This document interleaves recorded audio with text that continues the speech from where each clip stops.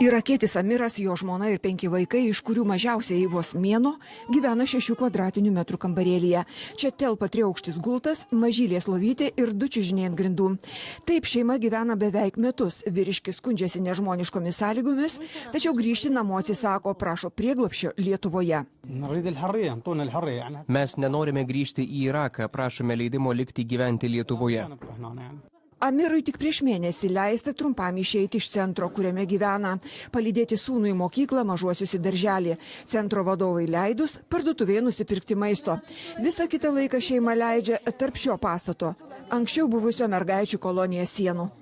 Irakietė Sanda neslėpė apmaudo. Jos 4 asmenų šeima pakibusi tarp žemės ir dangaus. Prieš 8 mėnesius Lietuvoje gimusio jaunėlio statusas taip pat neaiškus. Čia gyvename jau metus ir 6 mėnesius. Iš Lietuvos institucijų negaunu jokių atsakymų. Vaiko teisių kontrolierė Edita Žiobienė tikina, kad migrantų krizės pradžioje situacija buvo dar blogesnė. Šeimos su vaikais buvo izoliuojamos užsieniečių sulaikymo centruose, kurie visiškai nepritaikyti mažamečiams. Po žmogaus teisių gynėjų kritikos sausį pakeistas įstatymas. Vaikams leista lankyti mokyklas, darželius. Akivaizdu, kad psichologiniai situacijai tiek vaikų, tiek visos šeimos, žinoma, kad tai yra gyvenimas uždaroje teritorijoje ir ypatingai, jeigu net ir vaikai, kad tik tai gali išeiti, bet tėvams negalėjimas išeiti, žinoma, duoda tam tikrą neigiamą gerokai tą emocinį krūvį. Anot Seimo nario Vytauto Bako valdžia praleido progą susikurti modelį, kaip draugė su visuomenė ir savivalda įveikti tokio masto krizę. Pernai ES migrantų krizei suvaldyti skyrė 40 milijonų eurų. Dar 6 milijonus pridėjo Lietuvos vyriausybė. Pasak parlamentaro, lėšos panaudotos ne migrantų integracijai, o nežinia kam. Šitie pinigai buvo, iš esmės ištaškyti namukam ir apsaugai. Pinigai, kurie buvo skirti būtent tos krizės iššūkiams spręsti, žmogaus teisų, socialiniams, jais iš esmės buvo finansuojami žmogaus teisų pažeidimai. Vidaus reikalų viceministras Arnoldas Abramavičius siūlo nepainioti sąvokų. Realybė tokia. Iš 4200 migrantų srauto pabėgėliais pripažinti tik 150. Dar 40 asmenų suteiktas leidimas laikinai gyventi Lietuvoje humanitariniu pagrindu. Visi kiti praktiškai yra neteisėti migrantai, kuriems galioja sprendimas būti išsiųstiems į savo kilmės šalį. Ir jokios integracinės programos jomis principo nepriklauso.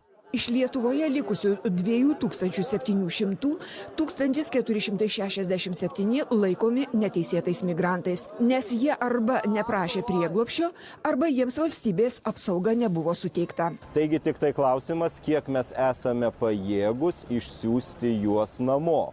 Ibrahimas Lietuvoje 11 mėnesių. Jam prieglobstį suteikti atsisakyta. Draudžiama išeiti iš centro teritorijos. Vyriškis griežtai atsisako grįžti į Iraką. Nesusigundė ir Lietuvos valstybės siūloma 1000 eurų parama įsikurti grįžus į savo valstybę. Jie išsiaiškino, kad mano sūnus Belgijoje, dėl to atsakymas neigiamas, į Iraką negrįšiu, man ten nesaugu. Pernai lapkritį Seimas sugriežtino įstatymą. Į Lietuvą neteisėtai patekę migrantai negali 5 metus prašyti leidimo gyventi Lietuvoje, legaliai dirbti. Atslūgus krizei, Vidaus reikalų ministerija siūlo sušvelninti atgrasimo priemonės. Dėl tokių kaip Ibrahimas, turintiems neteisėto migranto statusą, sprendimus priimtų teismai, į kuriuos kreiptųsi valstybės sienos apsaugos tarnyba. Prieglobsčio prašytojų suvaržymus taip pat siūloma švelninti. Nors asmeniui gali būti taikomi judėjimo ribojimai iki 1,5 metų, juos migracijos departamentas gali panaikinti ir po metų. Tačiau tą dovanotą pusmetį laisvai judėti žmogus neturės teisės legaliai dirbti. Leidimą dirbti siūlė suteikti konservatorius Mindaugas Lingė. Tačiau pasipriešino kito konservatoriaus Lauryno Kasčiūno vadovaujamas Nacionalinio saugumo ir gynybos komitetas.